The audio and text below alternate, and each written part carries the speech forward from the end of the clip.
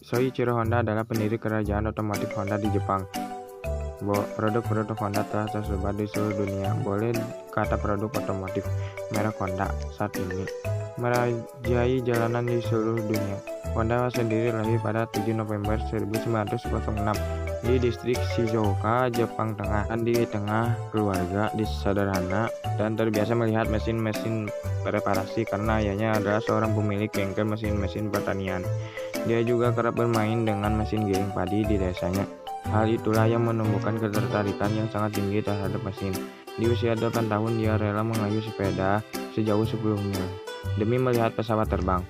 Di usia 12 tahun, dia sudah mampu menciptakan sepeda dengan model rem kaki. Bakat dan ketertarikan yang sangat besar terhadap mesin membuat dia tidak fokus mengikuti pelajaran di sekolah. Karenanya dia selalu berusaha duduk di deretan bangku belakang dan menjauh dari pandangan guru. Nilaiku jelek di sekolah, tetapi saya tidak sedih karena dunia saya di sekitar mesin. Kakunya suatu hari, bahkan Honda pun juga pernah merasa dirinya tidak berguna. Berbekal semangat kerja, bakat, dan minat yang tinggi di bidang permesinan, Honda melamar pekerjaan di Harusokai Company dan diterima. Sama bekerja, Honda menunjukkan kemampuan dan ketelitian luar biasa.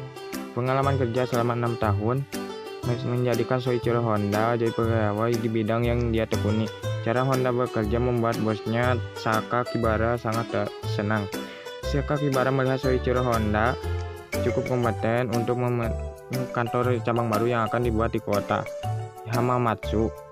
Ketika Sakakibara menawarkan tanggung jawab baru tersebut, Soichiro Honda dengan senang hati menerimanya.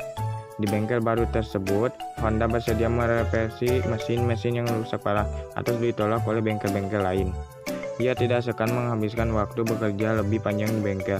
Selama mengembangkan bengkel, Honda benar-benar menunjukkan dedikasi, kemampuan, dan keseriusan luar biasa.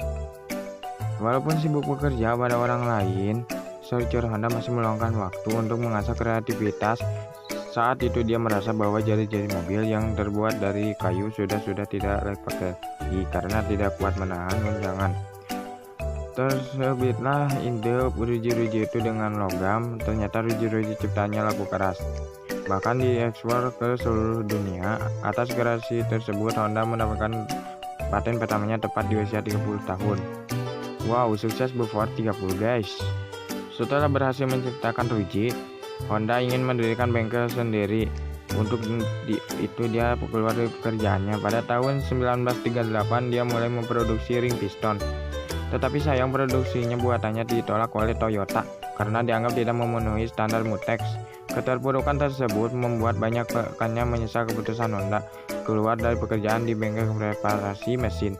Kegagalan tersebut cukup mengguncang mental Honda sampai dia jatuh sakit selama 2 bulan. Setelah sembuh, dia menambah pengetahuan tentang mesin dengan mengikuti kuliah. Dia berusaha untuk mempraktikkan semua ilmu yang dia dapatkan di meja kuliah.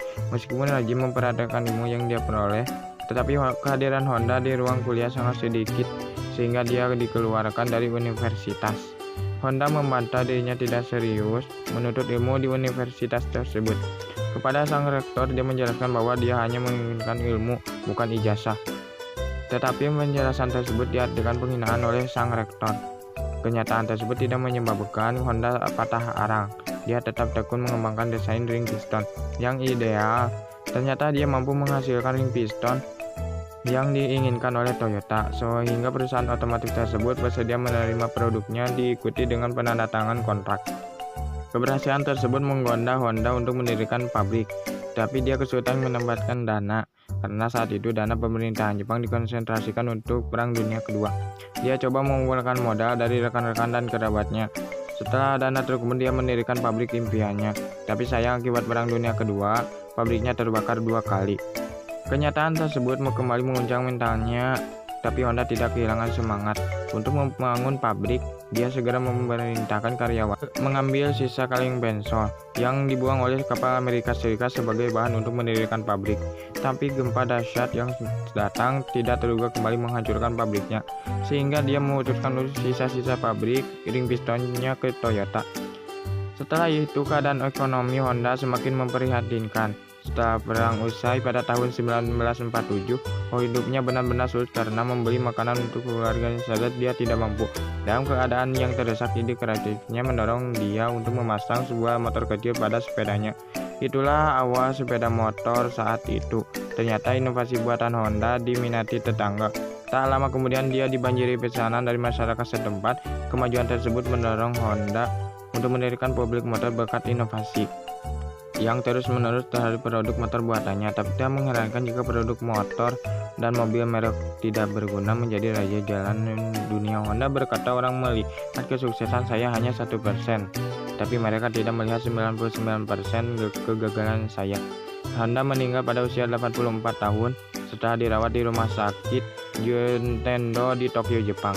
Hampir tidak ada orang sukses di dunia yang tidak mengalami badai. Dalam proses membangun kesuksesan yang mereka peroleh, Honda mampu menjadi sosok yang betul-betul melegenda di bidang otomotif karena dia pantang menyerah di saat menghadapi kegagalan, dan demi kegagalan Soichiro Honda telah membuktikan bahwa kegagalan adalah hanya bagian dari proses yang membawanya meraih kesuksesan yang luar biasa.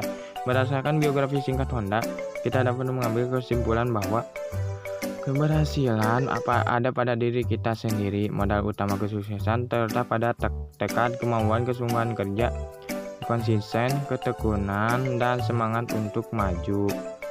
Badai kehidupan bisa datang kepada siapa saja tanpa pandang bulu. Tapi jika Anda tidak mudah berputus asa, segera bangkit dan bergegas membangun kembali apa yang sudah Anda usahakan, maka bisa dipastikan Anda mampu melewati badai sekeras apapun dan meraih kesuksesan yang selalu Anda dambakan.